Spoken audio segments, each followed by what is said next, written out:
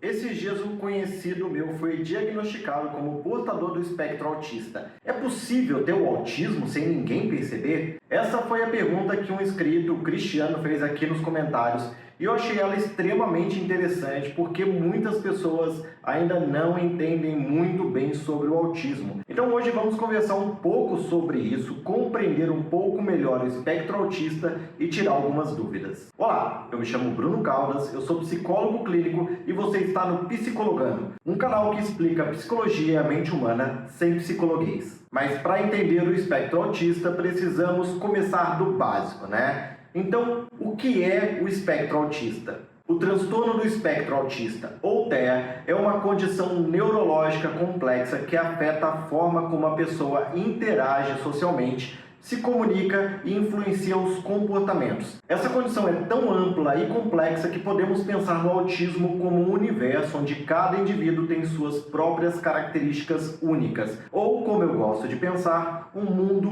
único e rico. Dentro desse espectro existem uma grande variedade de denominações, mas as principais são o autismo clássico, a síndrome de Asperger, o transtorno invasivo do desenvolvimento e o transtorno global do desenvolvimento não especificado.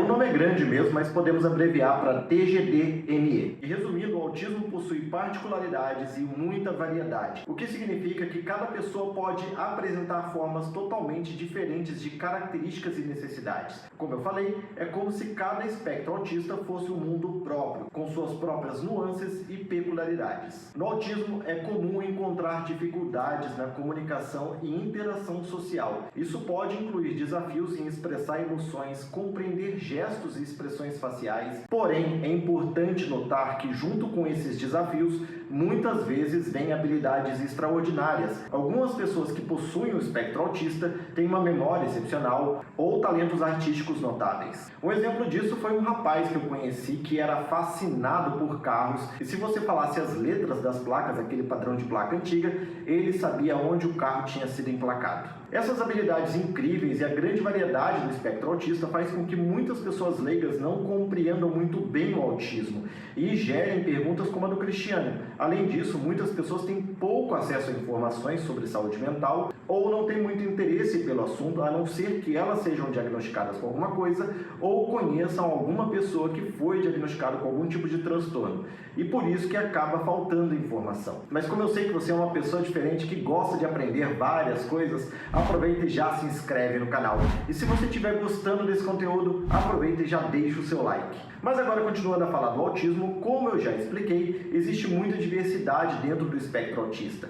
E uma coisa que vale destacar aqui é que o autismo pode apresentar graus, sendo desde os mais leves até os mais severos. Enquanto os graus mais leves significam que a pessoa precisa de pouca intervenção, os graus mais elevados precisam de muita intervenção. E ainda tem as diferentes variedades de autismo, mas podem ficar tranquilos porque eu vou explicar cada variedade agora no próximo bloco. Mas lembrando que esse vídeo é só uma introdução e que em breve eu pretendo fazer um vídeo falando sobre cada uma dessas variedades mais profundamente. E quais são as diferenças entre as variedades do autismo? Começando pelo autismo clássico, que também é conhecido como transtorno do espectro autista, ou TEA, é uma condição caracterizada pelas dificuldades significativas na comunicação, interação social e comportamentos repetitivos ou restritivos. Por isso, pessoas com autismo clássico podem apresentar atrasos no desenvolvimento da linguagem, dificuldades de compreender e expressar emoções, além de um interesse fora do comum por determinadas coisas. Já a síndrome de Asperger é uma forma leve do autismo,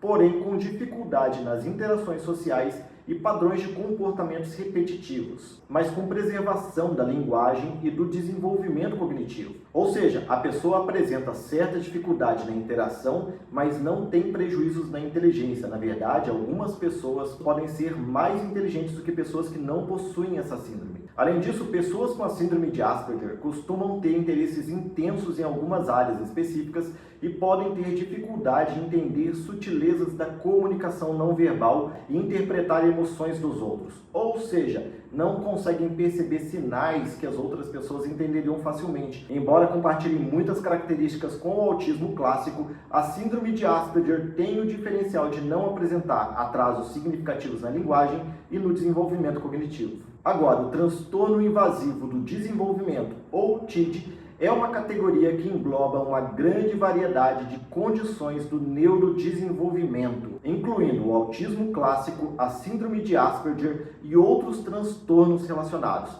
Ao contrário da síndrome de Asperger, as pessoas que têm esse transtorno têm dificuldades significativas na comunicação, interação social e comportamento, além de padrões de interesses restritivos e repetitivos. O termo invasivo é usado para descrever a extensão dos sintomas que afetam várias áreas da vida da pessoa. E por fim, o transtorno global do desenvolvimento não especificado. Esse transtorno é uma categoria que engloba pessoas que apresentam características do espectro autista, mas não se enquadram claramente nos critérios diagnósticos do autismo clássico, da síndrome de Asperger ou dos outros transtornos específicos do neurodesenvolvimento. Essas pessoas podem apresentar uma variedade de sintomas, incluindo dificuldades na comunicação, interação social e padrões de comportamentos repetitivos, mas em diferentes graus e intensidades e com variações muito individuais. Para resumir, essas 4 categorias de autismo são diferentes manifestações do espectro autista, cada uma com suas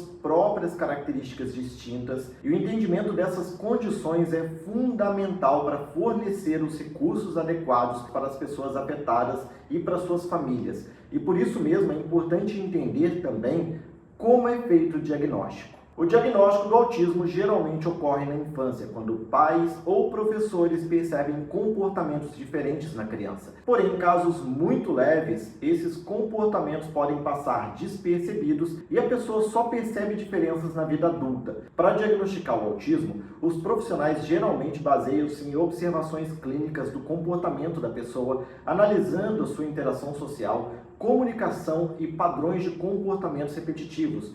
Para isso, o médico ou o terapeuta vai conversar com a pessoa e buscar observar comportamentos para identificar possíveis sinais do espectro autista. E, embora não exista exames laboratoriais específicos para fazer o diagnóstico, são usadas ferramentas padronizadas, como a escala da avaliação do autismo na infância, o CARS, para auxiliar no diagnóstico. É importante falar também que o processo diagnóstico pode levar um tempo dependendo do grau ou da idade do paciente. São necessários testes, observações e aplicações de técnicas de diagnóstico para evitar diagnósticos errados. Isso porque o comportamento do espectro autista podem ser confundidos com outros transtornos. Por isso é comum que o diagnóstico tenha várias sessões para uma avaliação correta. Inclusive, se você for portador do espectro autista, me conta aqui nos comentários quanto tempo levou o seu diagnóstico. Depois que alguém é diagnosticado com autismo, é importante garantir o acompanhamento para ajudar a desenvolver as habilidades que possam ser prejudicadas. Existem várias ferramentas e tratamentos muito bons para auxiliar no desenvolvimento de pessoas no espectro autista.